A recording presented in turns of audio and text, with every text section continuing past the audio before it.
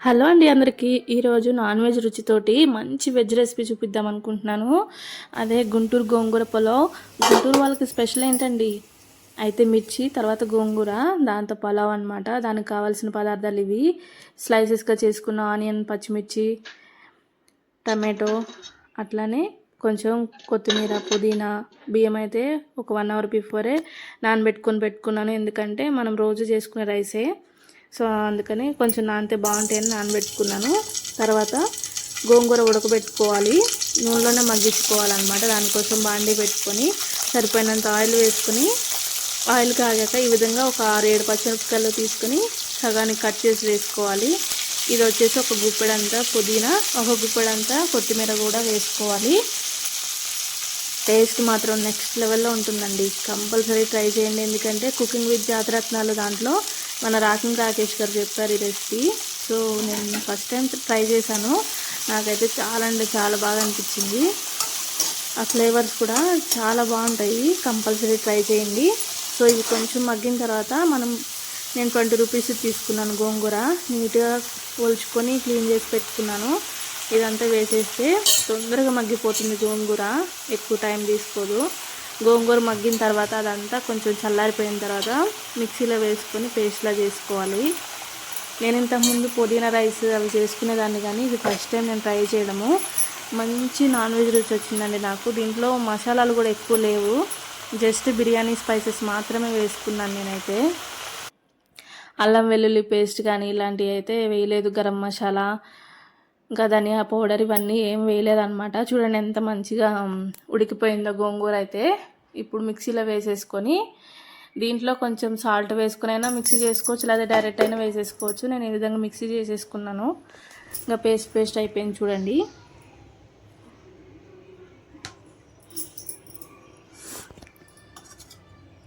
మనం ఎంత రైస్ తీసుకుంటున్నామో దానికి తగ్గట్టు తీసుకోవాలి క్వాంటిటీ. నేనైతే 3.5 గ్లాస్ తీసుకున్నాను రైస్, దానికోసం 20 రూపీస్కి సరిపోయింది. తర్వాత బిర్యానీ హండీ పెట్టుకొని దాంట్లో కొంచెం నెయ్యి వేసుకున్నాను. ఈ నెయ్యి ఫ్లేవర్ అసలు ఎంత ఎన్హాన్స్ అవుతుందంటే బిర్యానీ మొత్తం అసలు చాలా బాగుంటుంది. ఫస్ట్ నేను జీడిపప్పు ఫ్రై చేసుకొని పక్కన పెట్టుకుంటున్నాను, ఎందుకంటే నేను చేసుకునేది పులావ్ కదా. పులావ్లో ఏంటంటే జీడిపప్పు ముందే వేసేస్తే మెత్తగా అయిపోతాయి. సో అంతా అయిపోయిన తర్వాత పైన కొంచెం ఇంకా బిర్యానీ పులావ్ అవుతున్నప్పుడు దాంట్లో వాటర్లో కొన్ని రెడీ అయిపోయిన తర్వాత కొన్ని పైన వేసామంటే టేస్ట్ అనేది కొంచెం క్రిస్పీగా బాగుంటుంది. తర్వాత ఆయిల్ సరిపోతుందో లేదో చూసుకొని, సరిపోకపోతే ఇంకొంచెం యాడ్ చేసుకొని ఇంకా బిర్యానీ స్పైసెస్ అయితే వేసుకోవాలి. అవి కూడా ఎక్కువ వేయలేదండి, అన్ని రెండే వేసాను. బిర్యానీ స్పైసెస్ కొంచెం ఫ్రై అయిపోయిన తర్వాత చీల్చుకున్న పచ్చిమిరపకాయలు 2 వేసాను, ఎక్కువ వేసుకోలేదండి, ఎందుకంటే ఆల్రెడీ నేను పచ్చిమిరపకాయలు గోంగూరతో పాటు వేసాను కదా, అందుకే తక్కువ వేసుకున్నాను. తర్వాత ఒక పెద్ద ఆనియన్ ఒకటి కట్ చేసి స్లైసెస్ వేసుకున్నాను, కొంచెం కొత్తిమీర. ఇవన్నీ మంచిగా ఆయిల్లో ఫ్రై చేసిన తర్వాత దీంట్లో టమాటోస్ కూడా యాడ్ చేసుకోవాలి. ఒక పెద్ద టమాటో ఈ విధంగా స్లైసెస్ కట్ చేసుకుంటే సరిపోతుంది. దీంట్లోనే మనకి ముక్కలు కొరుకుతున్న ఫీల్ రావాలి ఏదన్నా వెజ్ బిర్యానీ అనుకుంటే మనము ఆనియన్కి ఘాట్లు పెట్టేసుకొని ఫుల్ ఆనియన్స్ ఒక 4-5 వేసేసుకుంటే సరిపోతుంది. కాకపోతే ఈ స్టేజ్లో వేస్తే అవి బాగా మెత్తగా అయిపోతాయేమో, మనం కొరుకుతున్నప్పుడు కొంచెం క్రిస్పీగా కొంచెం మెత్తగా ఉంటే బాగుంటుంది కదా అని చెప్పేసి కొంచెం ఆయాక వేసాను. అయితే ఈ లోపు ఇవి మగ్గాలని చెప్పేసి కొంచెం పసుపు అట్లనే కొంచెం ఉప్పు వేసాను అనమాట. ఇవి మగ్గుతాయి అని చెప్పేసి కొంచెం ఇవి మగ్గాక దీంట్లో ఒక 2 స్పూన్లు కారం వేసాను. మీ టేస్ట్కి సరిపోయినంత వేసుకోండి, మరీ టూ మచ్గా వేసుకోవద్దు, ఎందుకంటే ఆల్రెడీ పచ్చిమిరపకాయలు వేసాను కదా, అందుకనే ఫ్లేవర్ కోసం ఒక 2 స్పూన్స్ కారం వేసాను. ఇది సిమ్లో పెట్టేసుకోవాలి కారం వేసాక, ఎందుకంటే మళ్ళీ కారం నల్లగా అయిపోతుంది. అందుకని సిమ్లో పెట్టేసుకొని వెంటనే మనం రెడీ చేసుకున్న గోంగూర పేస్ట్ అయితే వేసేసుకోవాలి. చూడండి అది ఆయిల్ ఎట్లా తేలుతుందో గోంగూర. ఇలా వేసి ఒక 2 మినిట్స్ ఉంచిన తర్వాత మనం ఆల్రెడీ రైస్ కడిగి పెట్టుకున్నాం కదా, అవి వేసేసుకొని ఈ గోంగూరతో కలిపేసుకోవాలి, ఎందుకంటే ఫ్లేవర్ పడుతుంది.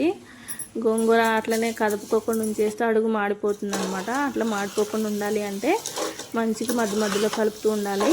ఒక 2 మినిట్స్ అంతే, ఆ రైస్కి ఆ ఫ్లేవర్స్ పట్టడానికి మాత్రమే నేను అట్లా ఉంచాను. తర్వాత 2 మినిట్స్ తర్వాత ఈ విధంగా వాటర్ వేసుకుంటున్నాను. 1 గ్లాస్కి 1.5 గ్లాస్ చొప్పున వేసుకున్నాను. మామూలు రైసే కదా. సో బిర్యానీకైనా సరే బాస్మతి రైస్ కానీ ఇదే కొలత ఉంటుంది. ఆ విధంగా నేను వాటర్ వేసేసాను. అయితే ఫస్ట్ వాటర్ కొంచెం మీకు డిఫరెంట్ కలర్లో కనిపిస్తుండొచ్చు, ఎందుకంటే మిక్సీలో ఆల్రెడీ గోంగూర ఉంది కదా, దాంట్లో 1 గ్లాస్ వాటర్ వేసి కలిపి పోసాను అనమాట. అందుకే మీకు తేడా ఉండొచ్చు.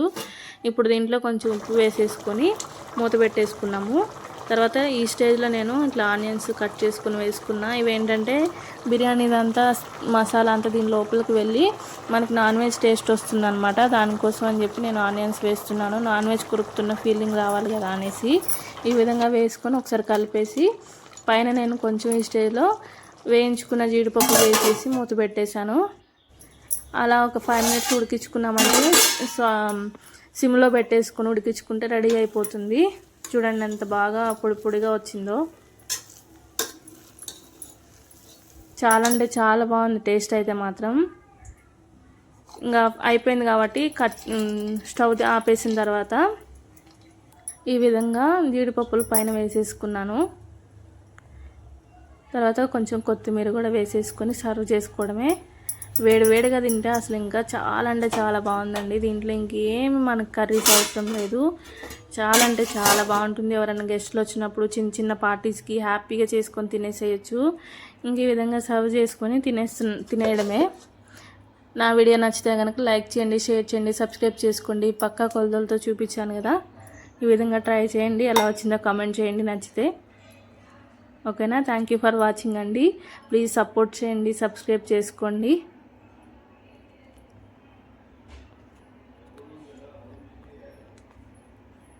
ఎంత బాగుందో చూసారా కలర్ కూడా. ఇది నేను స్టార్ట్ చేసినప్పుడు ఎలా వస్తుందో అనుకున్నా కానీ నెంబర్ 1 అండి. సూపర్.